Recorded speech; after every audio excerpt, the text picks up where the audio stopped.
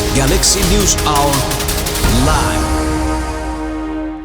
3 दिन अघि मात्र प्रमुख दलबीच संवैधानिक परिषद सम्बन्धी विधेयक द्रुत मार्गबाट टुङ्ग्याउने सहमति भएको थियो। त्यसैगरी संक्रमणकालीन न्याय र संसदीय सुनवाईको गाँठो फुकाउन पनि तीनै प्रमुख शक्ति राजी भएका थिए। त्यही सहमति अनुसार हिजो संसद सचिवालयले सम्भावित कार्यसूची तय गर्यो र आज एकै बैठकमा संवैधानिक परिषद विधेयकको सम्पूर्ण प्रक्रिया टुङ्ग्याएर राष्ट्रिय सभामा पठाउने निश्चित भयो। तर आज बिहानसम्म 3 दलका मुख तीनतिर फर्किए। अब प्रक्रियामा मात्र सहमति भत्किएको छैन, त्यसको विषयवस्तुमा पनि नयाँ सहमति हुनुपर्ने भन्दै बखेडा निकालिएको छ। यसले हाम्रा मुख्य राजनीतिक शक्ति संवैधानिक निकायलाई पूर्णता दिएर पूर्ण शक्तिका साथ चलायमान बन्न दिन तयार छैनन् भन्ने देखाएको छ। अर्थात् संवैधानिक प्रणालीलाई आफ्नो स्वाभाविक गतिमा चल्न नदिई धमिल्याइरहने प्रवृत्तिले निरन्तरता पाएको छ। संवैधानिक परिषद सम्बन्धी कानुन नहुँदा प्रधान न्यायाधीश नियुक्ति प्रक्रिया अघि बढ्न सकेको छैन। न्यायालय विगत 14 महिनादेखि कायम मुकायम प्रमुखकै भरमा छ। संवैधानिक परिषदमा एमाले निर्णायक शक्तिमा छ। त्यहाँ त्यही हैसियतलाई उसले संसदमा अरू लाभ लिने उद्देश्यले प्रयोग गर्न खोजेको देखिन्छ। उस्तै परे प्रधानमन्त्रीलाई नै कज्याउन सकिन्छ कि भन्ने उसको दाउ पनि हुन सक्छ, जुन प्रतिपक्षको धर्मभित्र पर्दैन। किनभने प्रमुख प्रतिपक्षी दलले जहिले पनि जहाँ पनि अत्तो थाप्ने मात्र होइन, उसले सरकारलाई अप्ठ्यारो पर्दा बाधा अडचन फुकाइदिन पनि सक्नुपर्छ। तर यहाँ जसरी हुन्छ हलो अड्काउने शैली हरेकले अपनाउन खोजेको देखिन्छ। अथवा कसैले अर्घेलाई नगरी पूर्व सहमति अनुसार संसदलाई निकास नदिने हो भने यो संवैधानिक प्रणाली थप आक्रमणीय र निष्फल बन्दै जानेछ। यदि नेताहरूले यही चाहेका हुन् भने त्यो झनै गम्भीर विषय हो।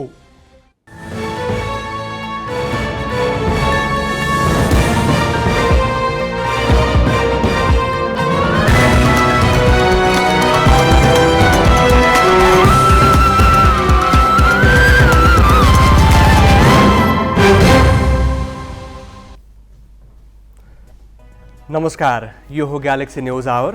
अब हेडलाइन्स।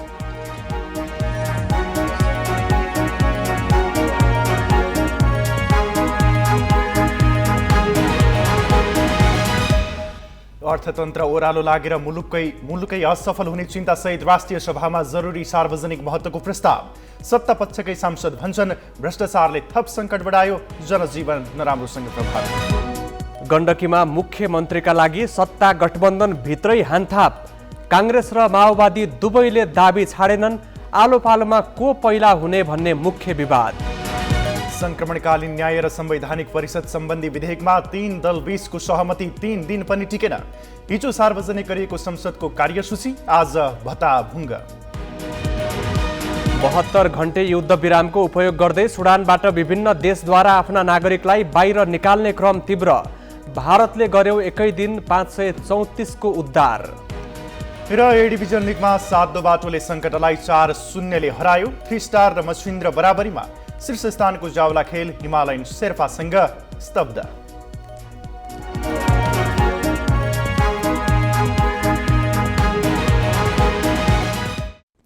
गण्डकी प्रदेशमा नेकपा एमाले नेतृत्वको सरकार ढाल्न मिलेका दलहरू अहिले सरकारको नेतृत्व कसले गर्ने भन्ने विषयमा एक आपसमै हानथाप गरिरहेका छन्।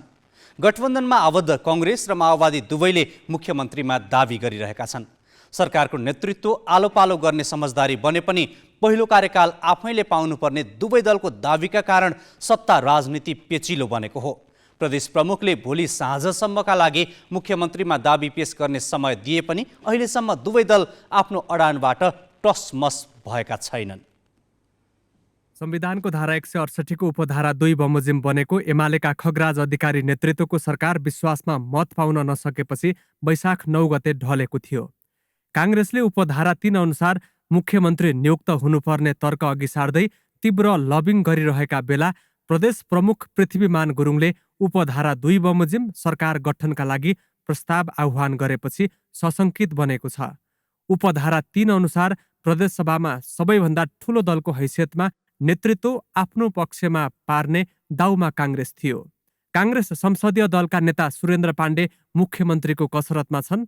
यता माओवादी केन्द्रका सांसद पनि सरकारको नेतृत्व सहजै काङ्ग्रेसलाई छाड्ने पक्षमा छैनन्।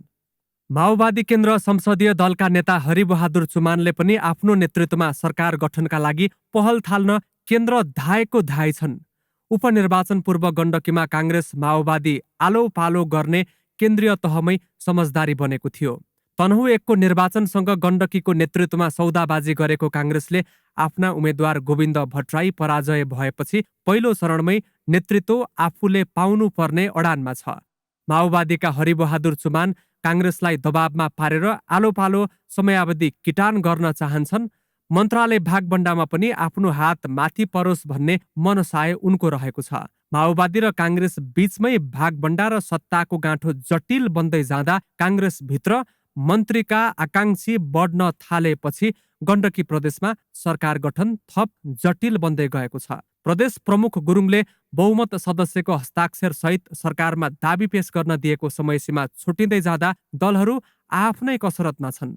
बुधबार दिनभर जसो काङ्ग्रेस र माओवादी केन्द्र आन्तरिक बैठकमा जुटे पनि दुई दलबीच सहमति बन्न सकेको छैन।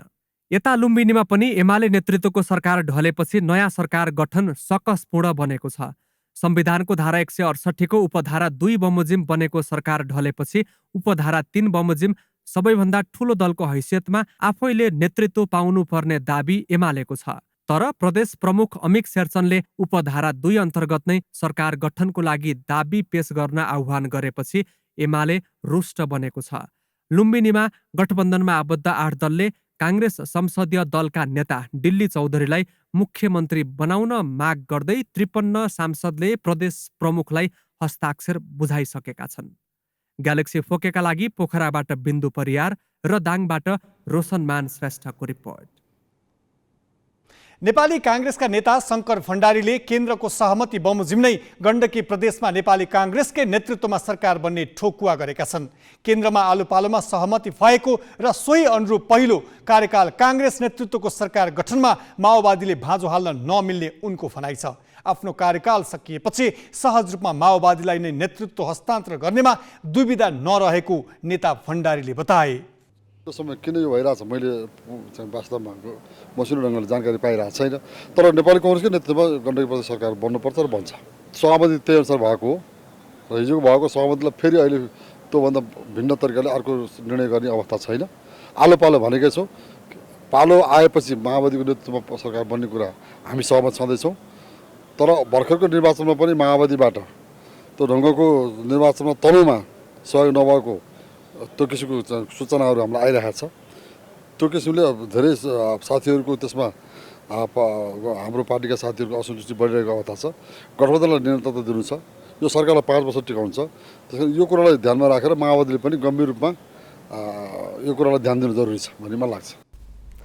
अब केही न्युज संक्षेपमा। बारा चितवन र तनहुमा गत आइतबार भएको उपनिर्वाचनमा रमेश खरेलसहित 56 जना उम्मेद्वारको जमानत जफत भएको छ। निर्वाचनमा खसेको कुल सदरमतको 10% मत नल्याउने उम्मेद्वारको जमानत जफत भएको हो। आज बिहान सकिएको मतगणनामा खरेलसहित बारा 2, चितवन 2 र तनहु 1 का 56 जना उम्मेद्वारको जमानत जफत भएको निर्वाचन आयोगले जनाएको छ। बारा 2 मा खसेको 69,022 मतमा सदर 68,192 मध्ये 10% मत नकटाउने उम्मेद्वारको जमानत जफत भएको छ। चितवन 2 मा सभापति रवि लामिछानेले ऐतिहासिक मत पाउँदा बारा 2 का उम्मेद्वार खरेलले भने 5% मत समेत पाउन सकेनन्। खरेलले सदर 68,192 मतको 4.14% मत मात्र पाएको निर्वाचन आयोगले जनाएको छ। बारा 2 मा 34 उम्मेद्वार मध्ये 3 जनाले मात्र 10% मत कटाएका छन्। बाँकी 31 जनाको जमानत जफत भएको छ। यस्तै चितवन 2 मा पनि 22 जना उम्मेद्वार मध्ये 19 जनाको जमानत जफत भएको छ। तनहु 1 मा 9 मध्ये 6 जनाले 10% मत पाउन सकेनन्। बारा 2 मा 3, चितवन 2 मा 3 र तनहु 1 मा 3 जनाले मात्र 10% मत कटाएको आयोगको विवरण छ। बारामा गठबन्धनका साझा उम्मेद्वार जसपाका उपेन्द्र यादव, चितवन 2 मा रासोपाका रवि लामिछाने र तनहु 1 मा रासोपाका सोडिम वाग्ले विजयी भएका छन्। अन्य 10% मत कटाउनेमा बारा 2 मा जनमत पार्टीका शिवचन्द्र कुशवा र एमालेका पुरुषोत्तम पौडेल, चितवन 2 मा काङ्ग्रेसका जितनारायण श्रेष्ठ, एमालेका रामप्रसाद नेउपाने र तनहु 1 मा काङ्ग्रेसका गोविन्द भट्टराई र एमालेका सर्वेन्द्र खनाल मात्रै छन्। राष्ट्रिय सभाले संसदीय सुनवाई समितिका लागि 3 सांसदको नाम तय गरेको छ। राष्ट्रिय सभाको आजको बैठकले सांसदहरू रमेश जङ रायमाझी, देवेन्द्र दाहाल र जग प्रसाद शर्मालाई संसदीय समितिका लागि मनोनयन गरेको हो। राष्ट्रिय सभाका अध्यक्ष गणेश प्रसाद तिमिल सिन्हाले सदस्यहरूको नाम बैठकलाई जानकारी गराएका हुन्। शर्मा नेकपा माओवादी केन्द्र, दाहाल नेकपा एमाले र रायमाझी नेपाली काङ्ग्रेसका सांसद हुन्। अब समितिमा 12 जना प्रतिनिधि सभाका सदस्य रहनेछन्। संसदीय समिति नहुँदा प्रधान न्यायाधीश नियुक्तिको विषय अलमलमै छ भने यसअघि सर्वोच्च अदालतका लागि 3 न्यायाधीशका लागि गरिएको सिफारिस त्यसै तुहिएको थियो। नेकपा एमालेका अध्यक्ष केपी शर्मा ओलीले गठबन्धन सरकार निकम्मा भएको आरोप लगाएका छन्। आज झापाको बुधबारेमा भएको कार्यक्रममा अध्यक्ष ओलीले प्रधानमन्त्री दाहालले मन्त्री परिषदलाई पूर्णता दिन नसक्नुलाई निकम्मापनको संज्ञा दिएका हुन्। उपनिर्वाचनमा उधारो मन्त्री बाँड्दै हिँडेकाले जनताले गठबन्धनलाई नपत्याएको उनको भनाइ छ। अध्यक्ष ओलीले टोलमा संगठन र हरेक घरमा सदस्य बनाउन पार्टीका नेता तथा कार्यकर्तालाई निर्देशन समेत दिएका छन्। आगामी निर्वाचनमा एमाले एक्लैको बहुमत आउने गरी अहिलेदेखि नै संगठन तथा सदस्यता विस्तारमा लाग्न पार्टीका नेता कार्यकर्तालाई उनले निर्देशन दिएका हुन्। अध्यक्ष ओलीले सहभागी कार्यक्रममा कोशी प्रदेश नामकरणको विरोधमा उत्रिएका पहिचानवादीले अवरोध गरेका थिए। उनीहरूले अध्यक्ष ओलीलाई कालो झण्डा समेत देखाएका थिए। बागमती प्रदेशको हिउँदे अधिवेशन अन्त्य भएको छ। बागमती प्रदेश प्रमुख यादवचन्द्र शर्माले मन्त्री परिषदको सिफारिसमा अधिवेशन अन्त्य गरेका हुन्। आज बसेको मन्त्री परिषद बैठकले अधिवेशन अन्त्यका लागि प्रदेश प्रमुख समक्ष सिफारिस गर्ने निर्णय गरेको थियो। यस्तै बैठकले प्रदेश सरकारी कामकाजको भाषा सम्बन्धी विधेयकको मस्यौदा तयारीका लागि सैद्धान्तिक स्वीकृति दिएको सरकारका प्रवक्ता गङ्गा नारायण श्रेष्ठले जानकारी दिए। बैठकले युवा वैज्ञानिकको सञ्चालन विधेयकको मस्यौदा तयारीको सैद्धान्तिक स्वीकृति पनि दिएको छ।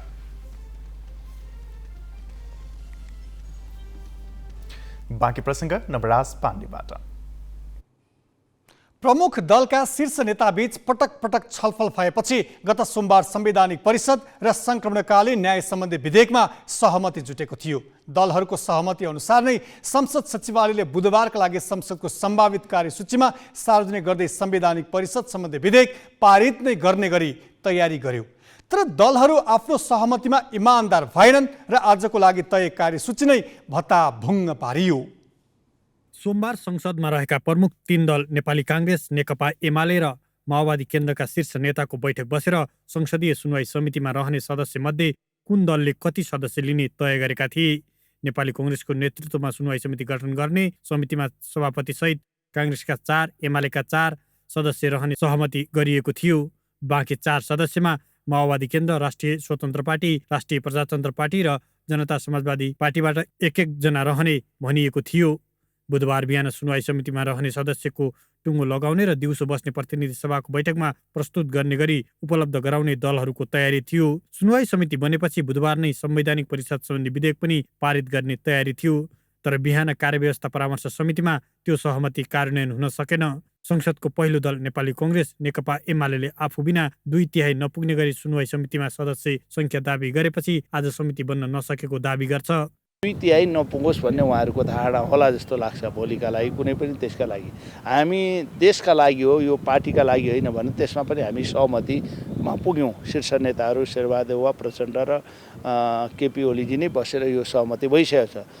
त्यसमा पनि केही अलिकता कुराहरू अलि आज यो संसदीय सुनवाई समिति चाहिँ गठन गर्ने अनि यो संवैधानिक जुन परिषद विधेयक छ त्यो चाहिँ पछि पास गर्ने जस्तो कुरा आएकोले अहिले कुरा मिलेन। संवैधानिक परिषद सम्बन्धी विधेयक संशोधनलाई समितिमा नलगी पूर्ण बैठकबाट पारित गर्ने सहमति भएको थियो। समिति गठनमा विवाद भएपछि एमाले विधेयकमा आफ्नो संशोधनबाट पनि पछि नहट्ने देखियो। त्यसले तय भइसकेको कार्यसूची नै भत्ताभुङ्ग बन्यो। एउटा प्रक्रियाबाट आउँछ संवैधानिक परिषदमा, होइन? उहाँहरूले ल्याएको कानुन लोकतान्त्रिक छैन। हामीले त्यसलाई चाहिँ लोकतान्त्रिक हुनु पर्यो। जे निर्णय गर्दाखेरि कमसेकम बहुमतले संवैधानिक परिषदको बहुमतले निर्णय गरोस्, ताकि त्यसको आधिकारिकता, त्यसको त्यो नियुक्त भएका मान्छेहरूको ओजलाई, उनीहरूको नियुक्तिलाई बल पुर्याउने ढङ्गको होस् भनेर हामीले भन्ने एउटा संशोधन हाल्यौँ।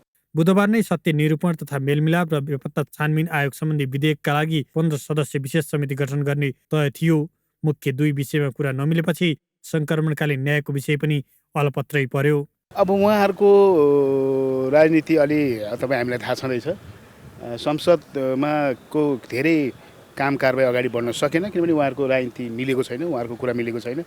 अब हामी त यसलाई प्रभावकारी बनाउनुपर्छ, यसलाई होइन जनपक्षीय बनाउनुपर्छ भन्ने पक्षमा, तर त्यो मिलिरहेको छैन। सदनमा रिप्रेजेन्ट गर्ने त अरू पनि दलहरू छन्, दलका प्रमुखहरू छन्। राष्ट्रिय स्वतन्त्र पार्टीको सभापति चुनाव लडेर तलै हुनुहुन्छ चितवनतिरै, त्यसैले अब राप्रपाको नि अध्यक्ष बाहिर हुनुहुन्छ। सबै पक्षलाई विश्वास र सहमतिमा ल्याउँदाखेरि अलिकति समय लागेको बुझाएको छु मैले। दलहरू आफ्नै सहमति कार्यान्वयन गर्न तयार नहुँदा संसद नै अनिर्णयको बन्दी हुने अवस्था आएको छ भने लामो समयदेखि नेतृत्वविहीन बनेको न्यायपालिका पनि तत्काल निकास नपाउने देखिएको छ। क्यामेरामा सुशील बास्कोटाका साथ अङ्गराज नेउपाने, ग्यालेक्सी पोके, काठमाडौँ। संसदका छलफलहरू प्राय राष्ट्रिय समस्या र जनजीविका भन्दा टाढा रहने गरेका छन्। यही कारण संसद र सांसद आलोचित पनि छन्। यद्यपि आज अर्थतन्त्र ओह्रालो लागेर मुलुकै असफल हुने चिन्तासहित राष्ट्रिय सभामा जरुरी सार्वजनिक महत्त्वको प्रस्तावमा छलफल भएको छ। त्यसक्रममा सत्तापक्षकै सांसदले भ्रष्टाचारले थप सङ्कट बढाएको र त्यसले जनजीवन नराम्रोसँग प्रभावित भएकोमा सरकारको ध्यानाकर्षण गराए। एकीकृत समाजवादीकी सांसद गरिमा शाहले पेश गरेको प्रस्तावमा सुदृढ अर्थतन्त्र निर्माण गर्न अल्पकालीन, मध्यकालीन र दीर्घकालीन नीति र योजना निर्माण गरी प्रभावकारी कार्यान्वयन गर्नुपर्ने उल्लेख छ। उनको प्रस्तावमा सत्तापक्ष र विपक्षी सांसदहरूले पनि समर्थन जनाए। राष्ट्रिय सभामा प्रतिनिधित्व गर्ने सबै दलको समर्थनमा मुलुकको सुदृढ अर्थतन्त्र निर्माण गर्ने विषय समेटेर जरुरी सार्वजनिक महत्त्वको प्रस्ताव ल्याइएको हो।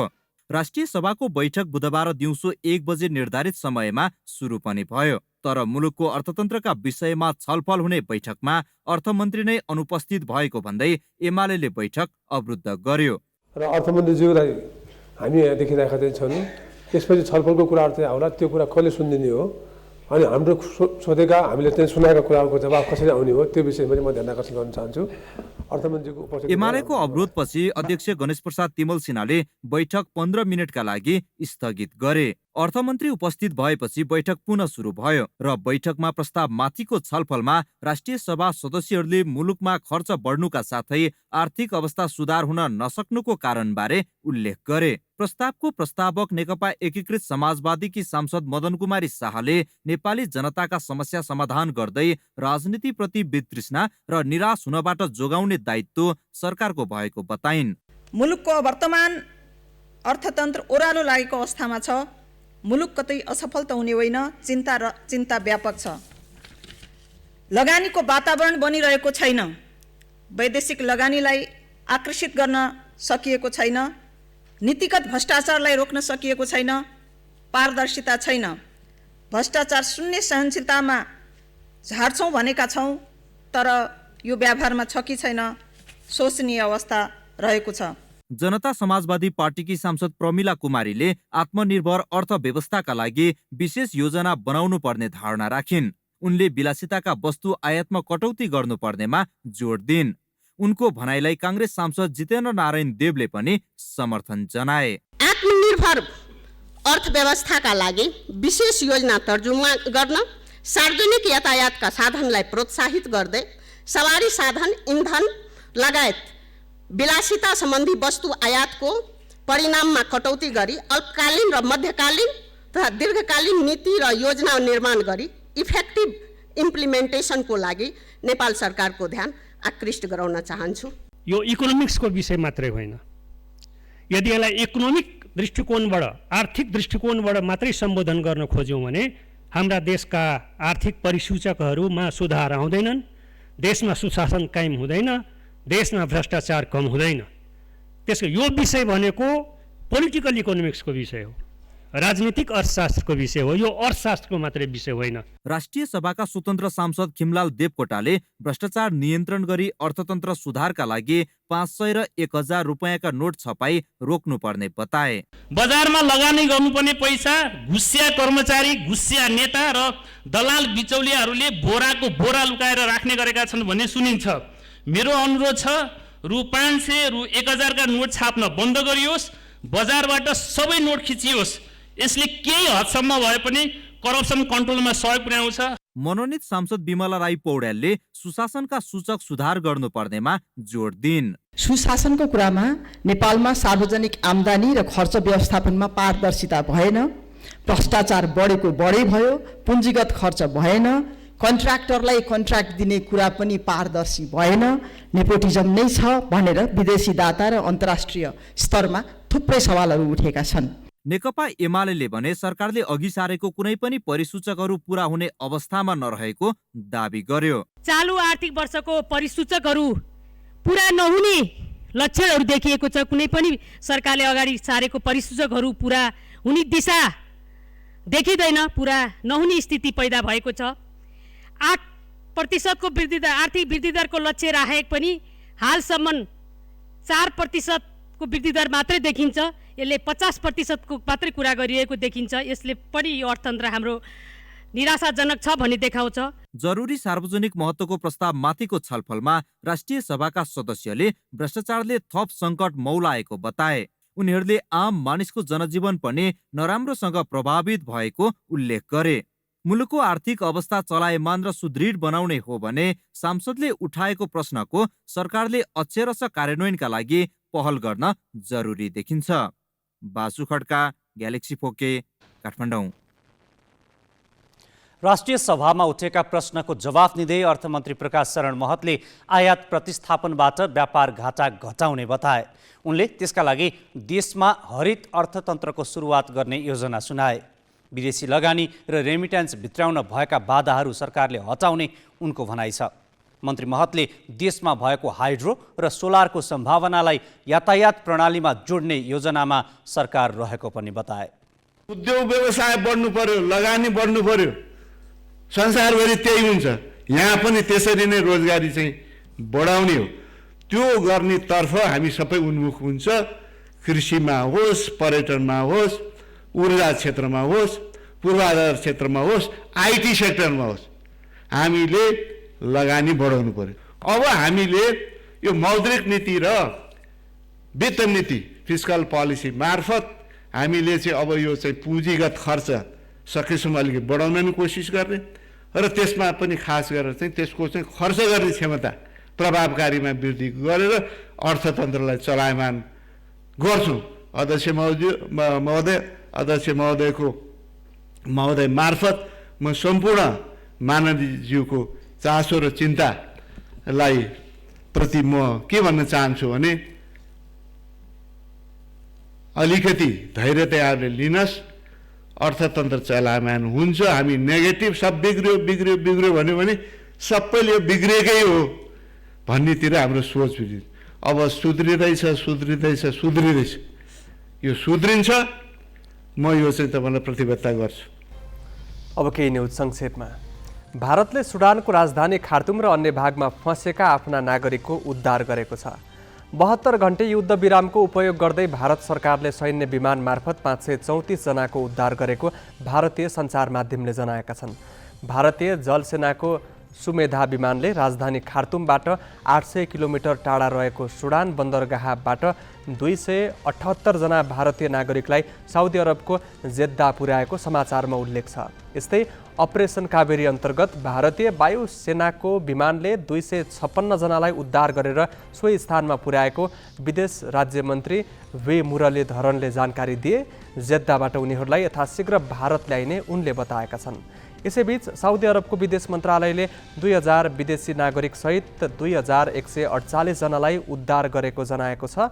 विभिन्न देशले जिबुटी, चाड, साइप्रस र साउदी अरबमा आफ्ना सैनिक एवं वाहक तैनात गरेर उद्धारलाई तीव्र पारेका छन्।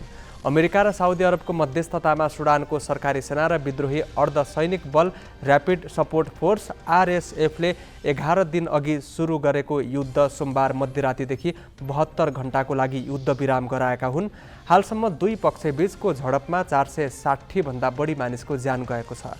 4000 भन्दा बढी घाइते भएका छन्। सिङ्गापुरमा गाँजा तस्करीको आरोप लागेका भारतीय मूलका एक नागरिकलाई मृत्युदण्ड दिइएको छ। 46 वर्षीय भारतीय नागरिक तङ्गराजु सुपियालाई आज बिहान चङ्गी कारागारमा झुन्डाएर मृत्युदण्ड दिएको अन्तर्राष्ट्रिय सञ्चार माध्यमले जनाएका छन्। तङ्गराजुको परिवार, मानवाधिकार कर्मीहरू र संयुक्त राष्ट्रसङ्घले समेत मृत्युदण्ड नदिनका लागि गरेको आग्रहको व्यवस्था गर्दै उनलाई मृत्युदण्ड दिएको समाचारमा उल्लेख छ। अधिकार कर्मीहरूले उनीमाथि लागेको आरोप कमजोर रहेको दाबी गरेका छन्। कमजोर प्रमाणका आधारमा सुपियालाई दोषी ठहर गर्दै उनलाई सीमित कानुनी सहायता उपलब्ध गराइएको उनीहरूको आरोप छ। तर सिङ्गापुर प्रशासनले भने कानुनको पालना गरेको र पर्याप्त प्रक्रिया अवलम्बन गरिएको दाबी गरेको छ। त्यहाँको अदालतले हिजो अधिकार कर्मी तथा तङ्गराजुको परिवारबाट अन्तिम अवसरका लागि गरेको अनुरोध अस्वीकार गर्दै मृत्युदण्डको सजाय दोहोर्याएको थियो। मृत्युदण्डको राष्ट्रसङ्घसहित विश्वभरका अधिकार कर्मीले भत्सना गरेका छन्। विश्वमै लागू औषध सम्बन्धी कठोर कानुन रहेको सिङ्गापुरमा गत वर्ष 11 जनालाई मृत्युदण्ड दिएको थियो।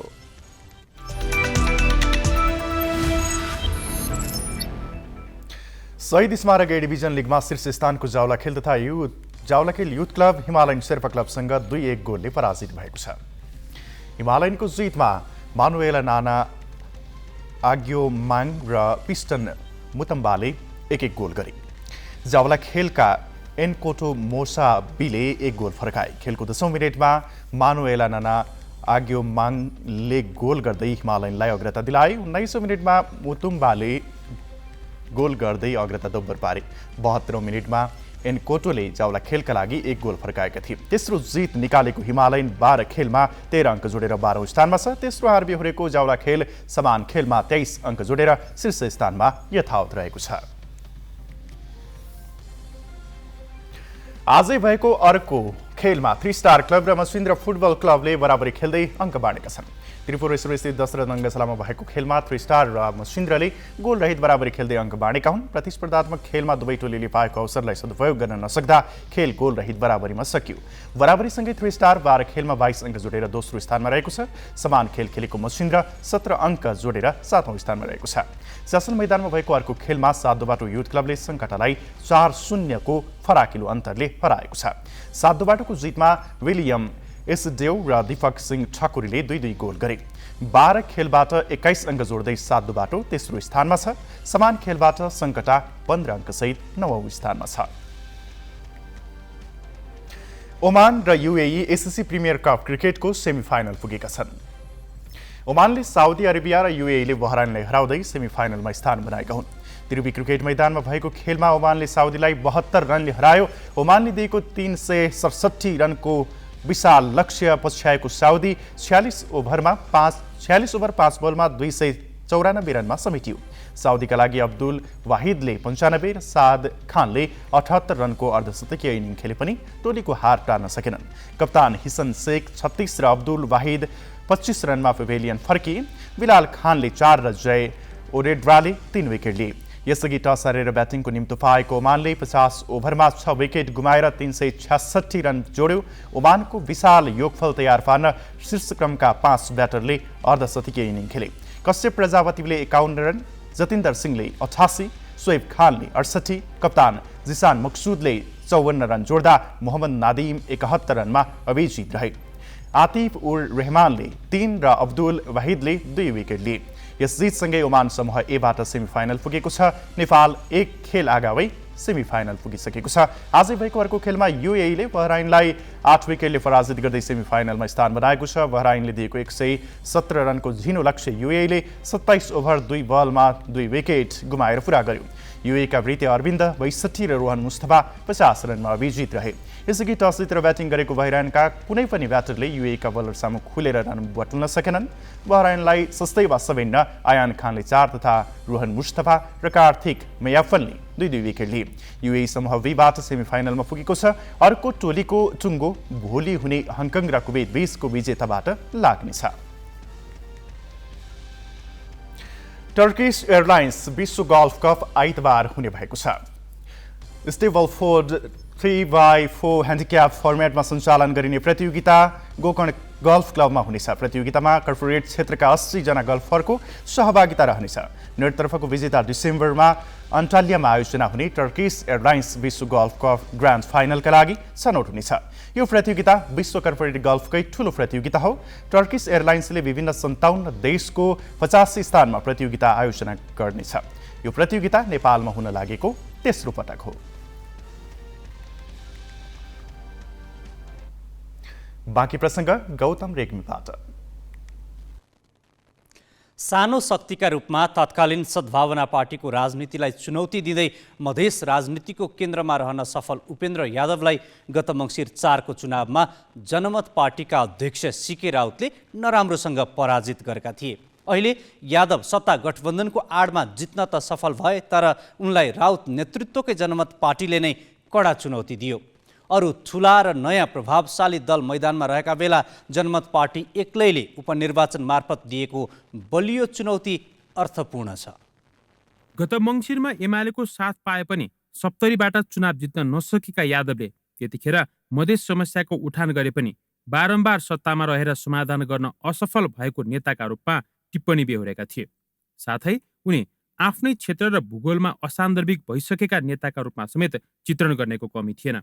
तर यसपालि 12-2 लड्दा भने गठबन्धनका सारा दलको आड पाएपछि यादवले केही सहज जित पाएका छन्। उनले 28,415 मत पाएर चुनाव जित्दा मुख्य चुनौती भने जनमत पार्टीका उम्मेद्वार शिवचन्द्र कुशवाहाले दिए। उनले 23,334 मत पाए। चुनाव अघि 12मा समेत यादवले जनमतबाट हार बेहोर्ने त होइनन् भन्ने आशंका र अड्कलबाजी थियो। गठबन्धनको दरो साथ पाएर यादव बहुल क्षेत्रबाट उपेन्द्र दोस्रो प्रयासमा विजयी भए पनि माओवादी त्यागेर जनमत प्रवेश गरेका कुशवाहाले संगठनको जरासम्म पुगी नसक्दा नै पाएको मत यादव अनि उनको मधेस केन्द्रित राजनीतिका लागि चुनौती हो। हारजित सामान्य भने पनि ठूला दल अनि आफै प्रतिको असन्तुष्टिलाई यादव आफैले पनि स्वीकारेको देखिन्छ। तर के छ त भन्दाखेरि जनताले नयाँपन खोजेको र अलिकति फ्रस्ट्रेसन जनतामा युवा जेनेरेसनमा जुन देखा परेको छ त्यसको अभिव्यक्ति पनि हो। त्यसलाई चाहिँ ध्यानमा राखेर राजनीतिक दलहरूले चिन्तन मनन गर्ने र सम्बोधन गर्ने प्रयत्न गर्नुपर्छ। अब त्यो चाहिँ के छ त भन्दाखेरि ती मतहरू पनि जनताले नै दिएका हुन्, चाहे जसरी कम्बिनेसन मिलेको होस् त्यो मतलाई पनि म सम्मान नै गर्छु। 2064 को मधेस आन्दोलन यता एक छत्र मधेसमा राजनीतिमा राज गर्दै आएका यादवले त्यसकै आडमा राष्ट्रिय राजनीतिमा समेत बलियो स्थान बनाउँदै आएका छन्। तर पहाडी क्षेत्रमा रासोपा ठूला दलका लागि चुनौती बन्ने संकेत उपनिर्वाचनले पुष्टि गरिरहँदा मधेसमा समेत एउटा वैकल्पिक शक्तिका रूपमा उदाएर जनमत पार्टीले यादवको प्रभाव क्षेत्रमा राम्रै दखल दिने सम्भावना देखाएको छ। किनभने 12मा जनमतले जुन मत पाएको छ त्यो चान्चुने छैन। रोजगारी, विकास अनि शिक्षा केन्द्रित मुद्दा बोकेकाले यति ठूलो मत पाउन सफल भएको उसको बुझाइ छ। विभिन्न मुख्य 5वटा राजनीतिक दलको स्रोत साधनको दुरुपयोग लगायतका कुराले हामी जिनो मतान्तरले हारेका हौँ। तर मुख्यतः मधेस प्रदेशका जनताहरूले परिवर्तन चाहिँ खोजेको हो। त्यसमा चाहिँ शिक्षा, स्वास्थ्य, रोजगारी लगायतका विषयहरूमा काम गर्ने एउटा राजनीतिक दल खोजेको हो, जसमा चाहिँ सक्षम नेतृत्व पनि खोजी भइरहेको छ। यसै क्रममा चाहिँ जनमत पार्टीलाई मधेसका जनताहरूले मन पराएको छ र त्यही आधारमा हाम्रो मत चाहिँ बढेको हो र आगामी दिनमा हामी योभन्दा राम्रो परिणाम ल्याउने अवस्थामा पुग्नेछौँ। त्यसो त 72बाट जनमत पार्टीकै कारण विस्थापित भएका यादव आफ्ना लागि क्षेत्र खाली गराउन नेता रामसहाय प्रसाद यादवलाई उपराष्ट्रपतिसम्म बनाउन सफल भए। राजनीतिमा बलशाली बनिरहन सुरक्षित क्षेत्र खोजे पनि गठबन्धनको साथ नभए एक्लो बलमा लडेको जनमत सामु उनी यसपालि समेत विजयी हुन कठिन रहेछ भन्ने बुझ्न गाह्रो छैन। विभेदको मुद्दा उठाएर प्रभावशाली बने पनि त्यहाँका नागरिकले चाहेको परिवर्तनमा खास प्रभाव छाड्न नसकेपछि यादव चेपुवामा पर्दै गएको प्रश्न देखिएको छ। जनजीविकासँग जोडिन नसकेको परम्परागत राजनीति अब मधेसमा पनि धरापमा पर्दै गएको छ। उपेन्द्रजीको यो निर्वाचन जसरी उहाँले प्रतिस्पर्धा गर्नुभयो, जुन चाँजोबाजोका साथ, जुन रणनीतिका साथ, उहाँलाई लाग्दो होला, उहाँका नजिकका मानिसहरूलाई लाग्दो होला कि हामी धेरै स्मार्ट छौँ। तर बुझ्नु के पर्छ भने पब्लिक इम्प्रेसन पोलिटिक्समा धेरै म्याटर गर्दो रहेछ कि पब्लिकले चाहिँ नि उहाँलाई यो रणनीतिमा धेरै राम्रो रूपमा लिएको छैन। पटक पटक हुने परिवर्तन मार्फत विभिन्न दलहरू उदाउँदै आए पनि नागरिकले खोजे जस्तो परिवर्तन महसुस गरेका छैनन्। पहाडमा निर्णायक दलहरूलाई यसपालिको चुनावमा चुनौती दिएको रासोपा मधेसमा कमजोर देखिए पनि त्यही रासोपा जस्तै गरी छोटो समयमा उदाएको जनमत पार्टीले मधेस केन्द्रित दलप्रतिको असन्तुष्टिको बलमा प्रभाव विस्तार गर्दैछ।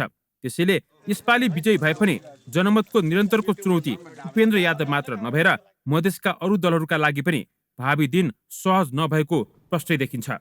पवन पौडेल, ग्यालेक्सी फोके, काठमाडौँ। काठमाडौँ उपत्यकामा अहिले बिजुलीका तार भूमिगत गर्ने, अप्टिकल फाइबर बिछ्याउने र खानेपानीको पाइप सञ्जाल विस्तार गर्ने कार्य समानान्तर रूपमा भइरहेका छन्। दूरसञ्चार विद्युत प्राधिकरण र मेलम्ची खानेपानी आयोजना र सडक रेखदेखको विभागीय जिम्मा लिएका निकायबीच समन्वय नहुँदा शास्ति चाहिँ सडक प्रयोगकर्ताले बेहोर्नु परिरहेको छ।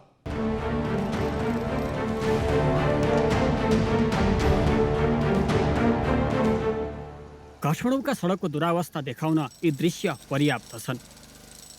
काठमाडौँमा यस्ता सडक भेट्न मुस्किल छन् जहाँ कसैले नखनिरहेको होस्।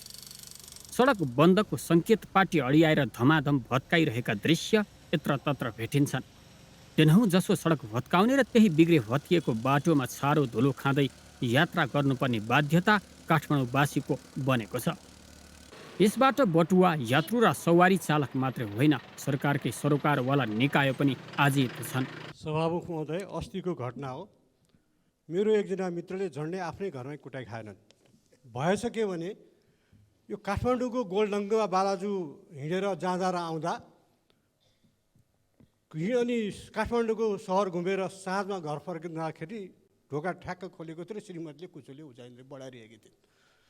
किन भन्दाखेरि टाउको, जुङ्गा, दारी, जिउ सबै खरानी घसेर आगोको जोगीको जस्तो श्रीमतीले नचिन्ने। यो धुलो धुलामे परिस्थितिबाट उपत्यकावासीले कहिले मुक्ति पाउने?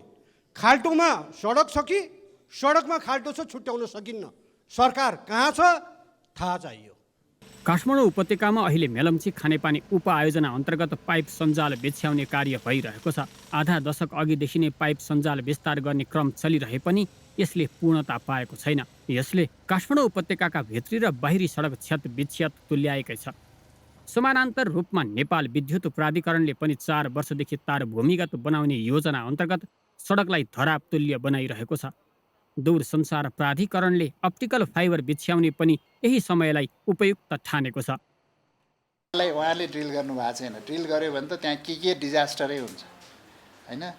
खानेपानी छ, टेलिकमको पाइप छ, त्यहाँ यति चिज रहेछ। त्यो जोगाएन भने त बर्बादै हुने रहेछ होइन। हामी राति गएर हेरेका छौँ, सबै कुरा डिफिकल्ट छ।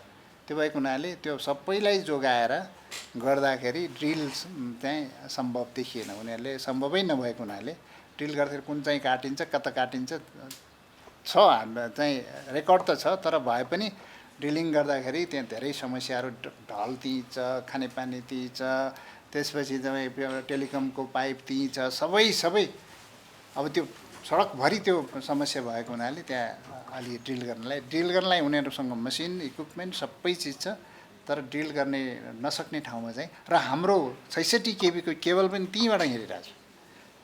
66 केबल टेकुबाट यहाँ सिउँदरबाट आइरहेको छ, जापानिजहरूले गरेको काम। त्यो काटिदियो भने त बर्बाद, यहाँ त डिजास्टर हुन्छ फेरि। अनि त्यो भएको हुनाले यो सबै समस्यालाई हेर्दाखेरि र अहिलेलाई चाहिँ एकदम सेफली गर्ने भनेर त्यो लाइन चाहिँ त्यसरी गरे हो। पोल हटाउनु पर्ने कुराहरू छन्, हामीले पनि गर्नुपर्ने छ। मैले सडकलाई मात्रै दोष दिने कुरो पनि भएन होइन। त्यसका अतिरिक्त स्थानीय तहले पनि बेला बखत ढलहरू मर्मत गरिरहन्छन्, तर यी तिनी निकाय बीच समन्वय देखिँदैन। बरु एकले अर्कालाई दोष देखाएर उम्किने गरेका छन्।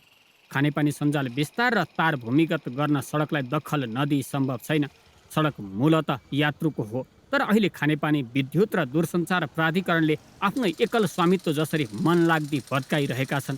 समन्वयको आधारमा एकैपटक काम सकेर शास्ति कटौती गर्न नसकिने होइन, तर एक निकायले अर्कोलाई नटेर्ने प्रवृत्ति छ र एउटै सडक दोहोरियाएर तेहरियाएर टालटुल पार्ने गरिएको छ। उपत्यकामा मात्रै वर्षेनी 20 करोड रुपैयाँ भन्दा बढी खर्च भइरहेको छ। गृहमन्त्री नारायण काजी श्रेष्ठ भौतिक पूर्वाधार तथा यातायात मन्त्री हुँदा बिग्रे भत्किएका सडक मर्मत गर्न 15 दिने समय सीमा दिएका थिए।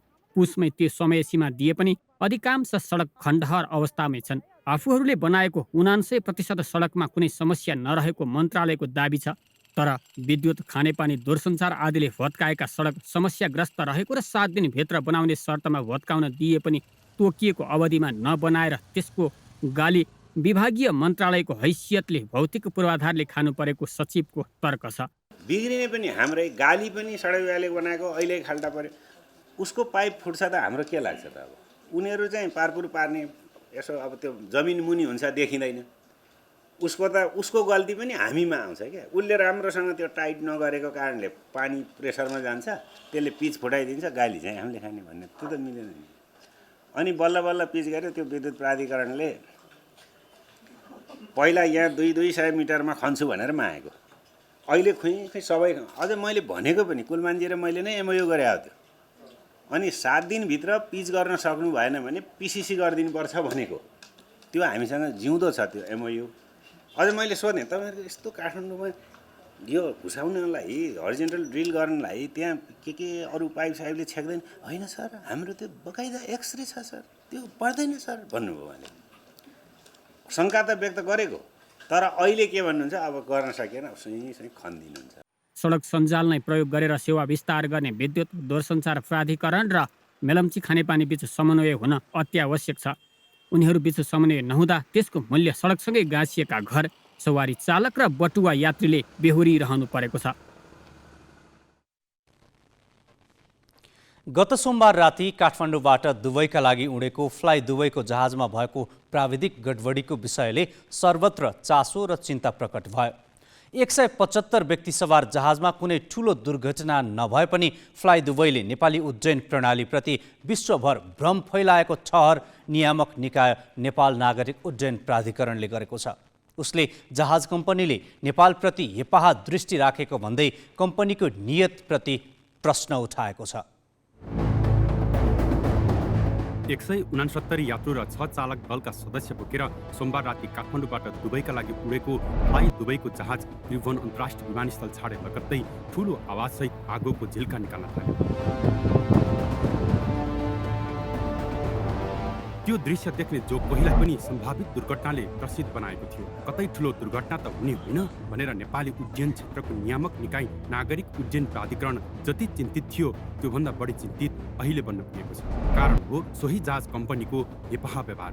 सोमबार जहाजमा समस्या देखिएको बारे उडान लगत्तै त्रिभुवन अन्तर्राष्ट्रिय विमानस्थलको टावरमा जानकारी गराउँदा जुन कारण भएको थियो, दुबई पुग्नु अगावै जहाज कम्पनीले अर्को कारण भनिदियो र सोही समाचार विश्वभर समाचारमा छायो। उसले प्रसारण गरेको सूचना अनुसार फ्लाइ दुबईको जहाज उडान भर्ने क्रममा अर्को जहाजसँग ठोकियो र पछि चरा समेत आएर ठोकिँदा परिस्थिति असामान्य बन्यो। यो खबर दुबई सरकारको आधिकारिक सञ्चार माध्यमबाट यसरी सार्वजनिक भएको थियो।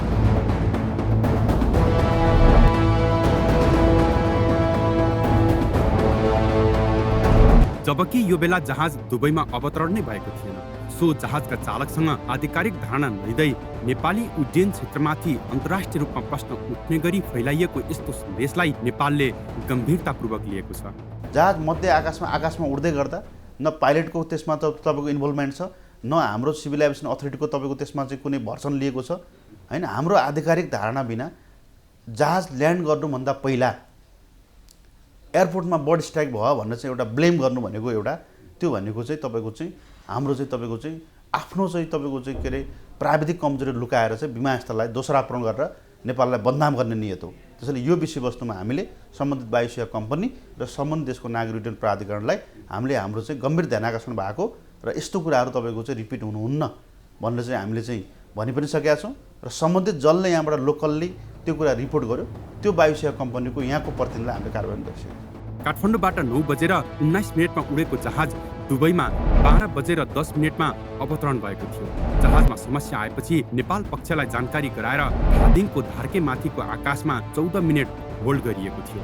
जहाजको प्राविधिक पक्षबारे यकिन गरी चालकले दुबई लग्ने निर्णय गरेपछि अवस्था सामान्य बनेको थियो।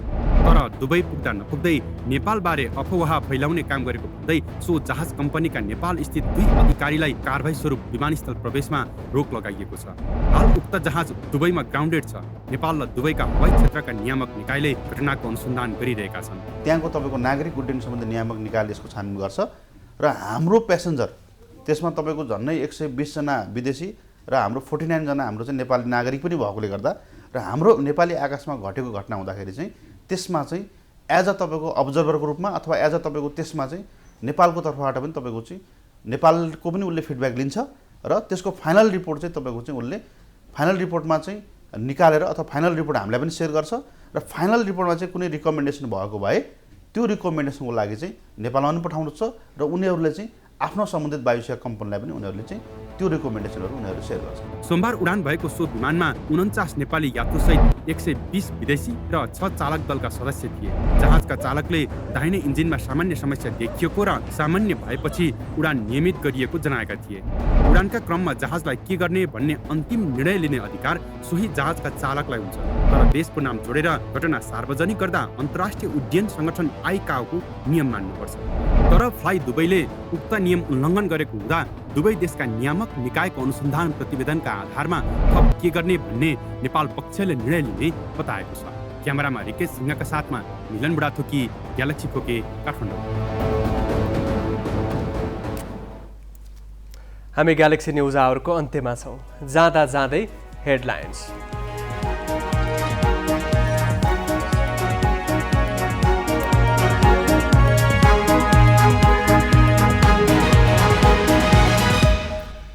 अर्थतन्त्र ओह्रालो लागेर मुलुकै असफल हुने चिन्तासहित राष्ट्रिय सभामा जरुरी सार्वजनिक महत्त्वको प्रस्ताव। सत्तापक्षकै सांसद भन्छन् भ्रष्टाचारले थप सङ्कट बढायो, जनजीवन नराम्रोसँग प्रभावित। गण्डकीमा मुख्यमन्त्रीका लागि सत्ता गठबन्धन भित्रै हानथाप। काङ्ग्रेस र माओवादी दुवैले दाबी छाडेनन्। आलो पालोमा को पहिला बन्ने भन्ने मुख्य विवाद। संक्रमणकालीन न्याय र संवैधानिक परिषद सम्बन्धी विधेयकमा 3 दल 20 को सहमति 3 दिन पनि टिकेन। हिजो सार्वजनिक गरिएको संसदको कार्यसूची आज भताभुङ्ग।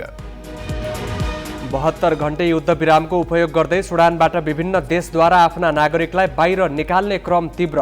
भारतले गर्यो एकै दिन 534 को उद्धार। र ए डिभिजन लिगमा सातो बाटोले सङ्कटालाई 4-0ले हरायो। 3 स्टार र मछिन्द्र बराबरीमा। शीर्ष स्थानको जावला खेल हिमालयन शेर्पासँग स्तब्ध।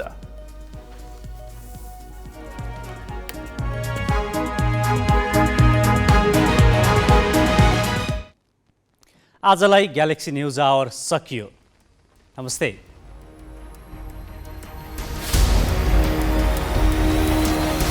This is Galaxy News Hour Live.